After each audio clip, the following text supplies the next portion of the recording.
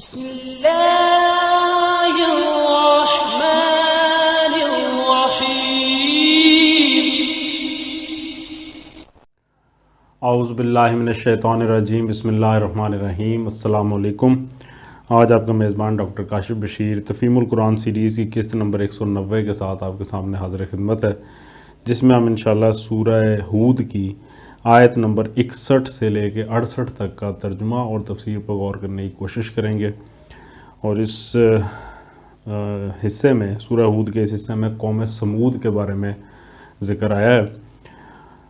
اللہ تعالیٰ سے دعا ہے کہ اللہ تعالیٰ نے ہمیں جتنی بھی نعمتیں عطا فرمائی ہیں ان تمام کا لاکھ لاکھ شکر ادا کرتے ہیں، اور اللہ تعالیٰ سے معافی کے خواستگار ہیں جو ہم پل پل اس کی ناشکری کا اظہار کرتے ہیں۔ اللہ تعالیٰ ہمیں معاف فرمائے اور ہمیں مزید اس کا شکر ادا کرنے کی توفیق عطا فرمائے اور اس کی ناشکری سے بچنے کی توفیق عطا فرمائے۔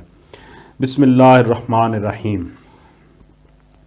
وَإِلَىٰ ثَمُودَ أَخَاهُمْ صَالِحًا قَالَ يَا قَوْمِ اعْبُدُوا اللَّهَ مَا لَكُم مِّنْ إِلَٰهٍ غَيْرُهُ هُوَ أَنشَأَكُم مِّنَ الْأَرْضِ وَاسْتَعْمَرَكُم فِيهَا فَاسْتَغْفِرُوهُ ثُمَّ تُوبُوا إِلَيْهِ إِنَّ رَبِّي قَرِيبٌ مُّجِيبٌ۔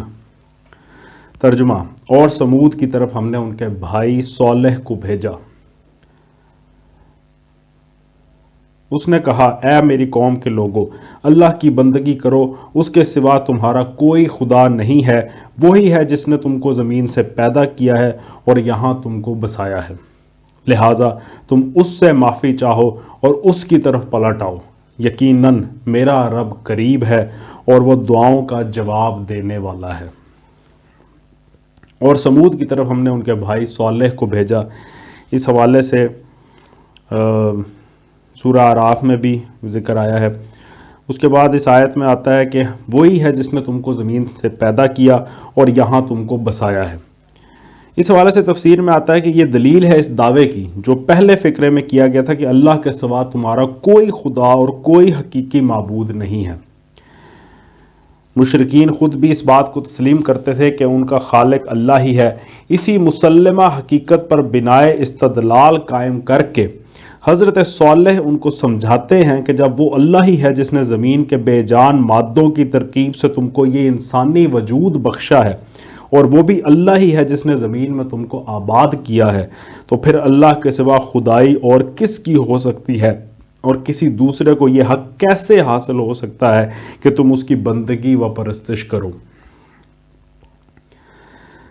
پھر آیت میں آیا کہ لہٰذا تم اس سے معافی چاہو، یعنی اب تک جو تم دوسروں کی بندگی و پرستش کرتے رہے ہو اس جرم کی اپنے رب سے معافی مانگو۔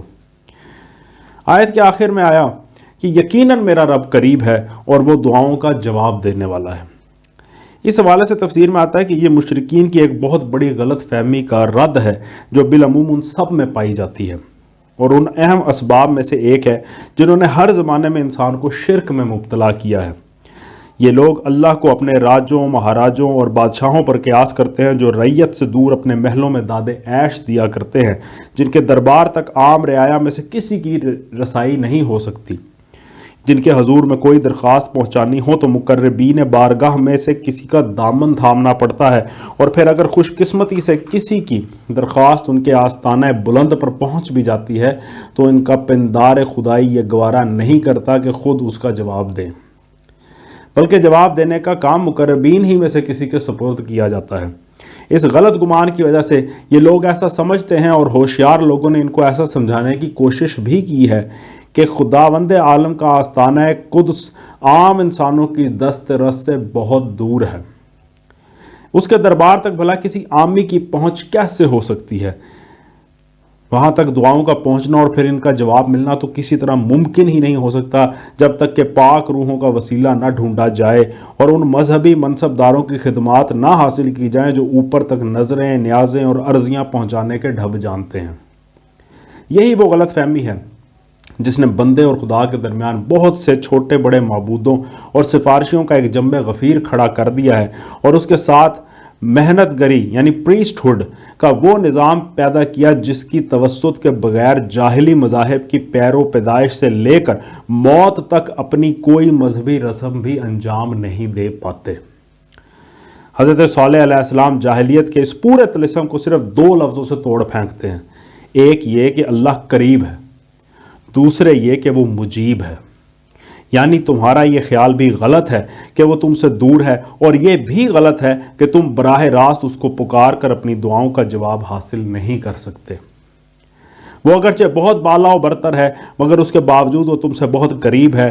تم میں سے ایک ایک شخص اپنے پاس ہی اس کو پا سکتا ہے، اس سے سرگوشی کر سکتا ہے، خلوت اور جلوت دونوں میں اعلانیہ بھی اور بصیغہ راز بھی اپنی عرضیاں خود اس کے حضور پیش کر سکتا ہے، اور پھر وہ براہ راست اپنے ہر بندے کی دعاؤں کا جواب خود دیتا ہے۔ پس جب سلطان کائنات کا دربار عام ہر وقت ہر شخص کے لیے کھلا ہے اور ہر شخص کے قریب ہی موجود ہے، تو یہ تم کس حماقت میں پڑے ہو کہ اس کے لیے واسطے اور وسیلے ڈھونڈتے پھرتے ہو۔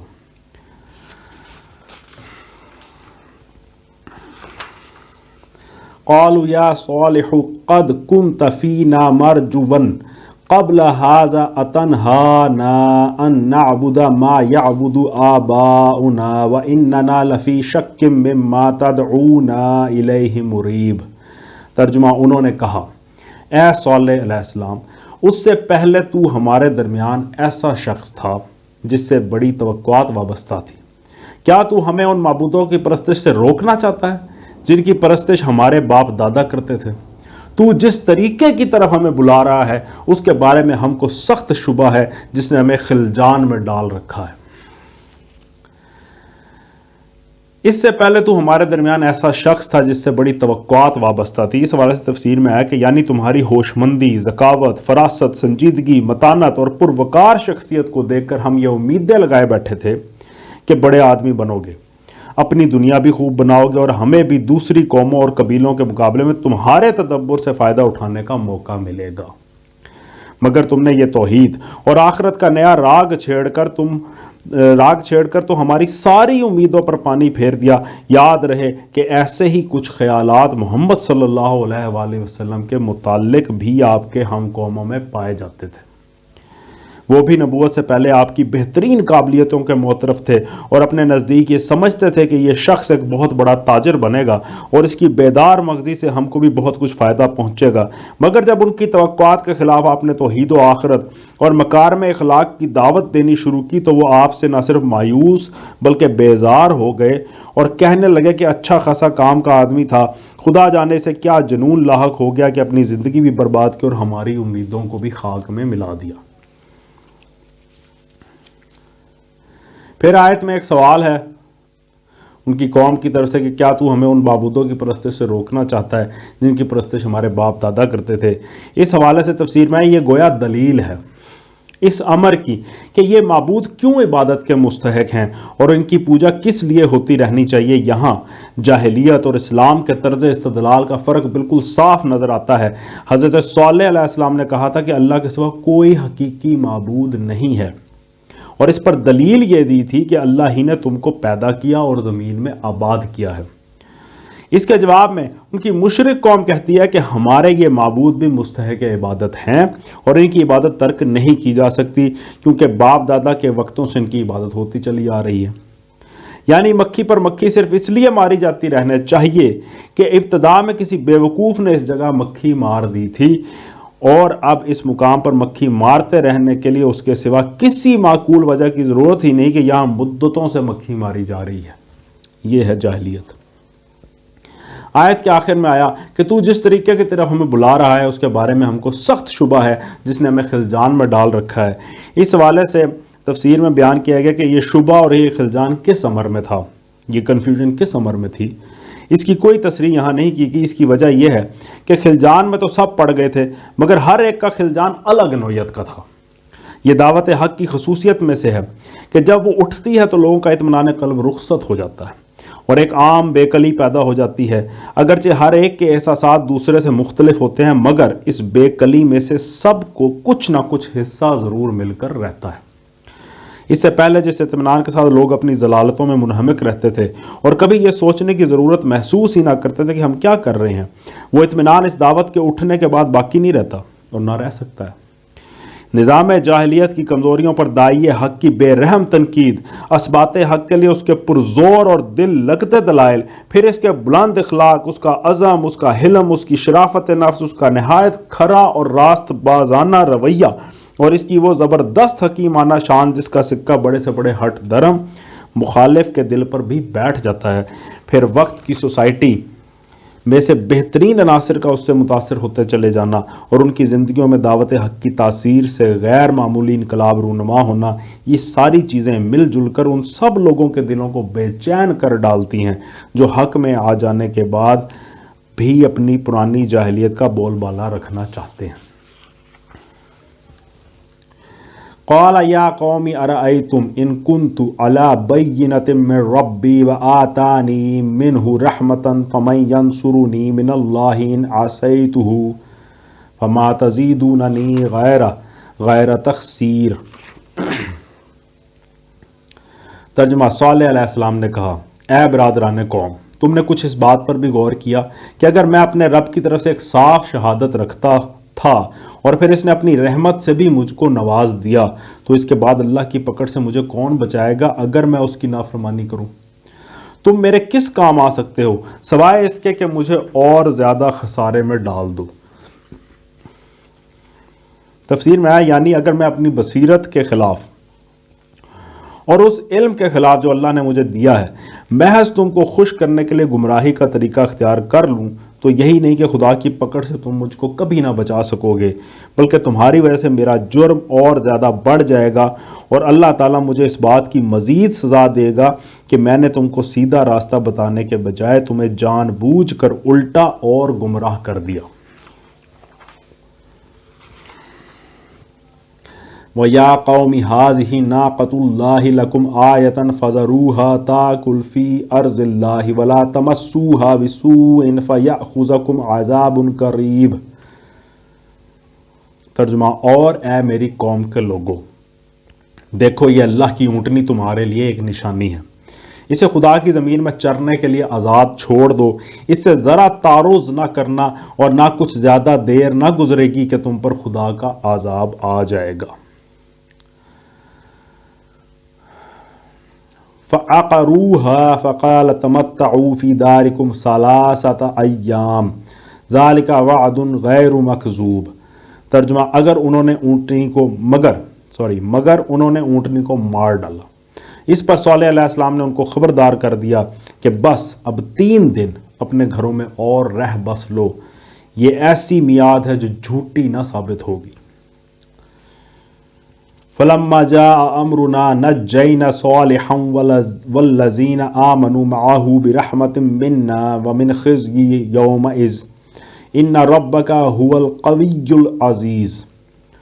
ترجمہ، آخر کار جب ہمارے فیصلے کا وقت آ گیا تو ہم نے اپنی رحمت سے صالح علیہ السلام کو اور ان لوگوں کو جو اس کے ساتھ ایمان لائے تھے بچا لیا اور اس دن کی رسوائی سے ان کو محفوظ رکھا، بے شک تیرا رب ہی دراصل طاقتور اور بالادست ہے۔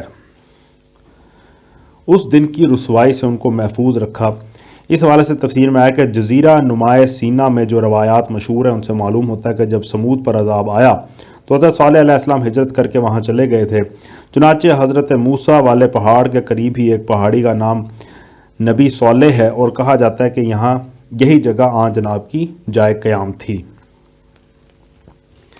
وَأَخَذَ الَّذِينَ ظَلَمُوا الصَّيْحَةُ فَأَصْبَحُوا فِي دِيَارِهِمْ جَاثِمِينَ كَأَن لَّمْ يَغْنَوْا فِيهَا أَلَا إِنَّ ثَمُودَ كَفَرُوا رَبَّهُمْ أَلَا بُعْدًا لِثَمُودَ۔ ترجمہ، رہے وہ لوگ جنہوں نے ظلم کیا تھا تو ایک سخت دھماکے نے ان کو دھر لیا اور وہ اپنی بستیوں میں اس طرح بے حس و حرکت پڑے کے پڑے رہ گئے کہ گویا وہ وہاں کبھی بسے ہی نہ تھے۔ سنو، سمود نے اپنے رب سے کفر کیا، سنو، دور پھینک دیے گئے سمود۔ صدق اللہ العلی العظیم۔ الحمدللہ آج ہم نے سورہ ہود کی آیت نمبر 68 تک کا ترجمہ اور تفسیر پر غور کرنے کی کوشش کی ہے۔ اللہ تعالیٰ سے دعا ہے کہ اللہ تعالیٰ ہمیں نیکیوں کے کاموں میں بڑھ چڑھ کر حصہ لینے کی توفیق عطا فرمائے، ہمارے صغیرہ کبیرہ گناہوں سے درگزر فرمائے، ہمیں معاف فرمائے، ہمیں گناہوں سے بچنے کی توفیق عطا فرمائے۔ انہی دعاؤں کے ساتھ آپ سے اجازت چاہیں گے۔ اپنا بہت خیال رکھیں۔ آپ لوگوں کا بہت بہت شکریہ۔ اللہ حافظ۔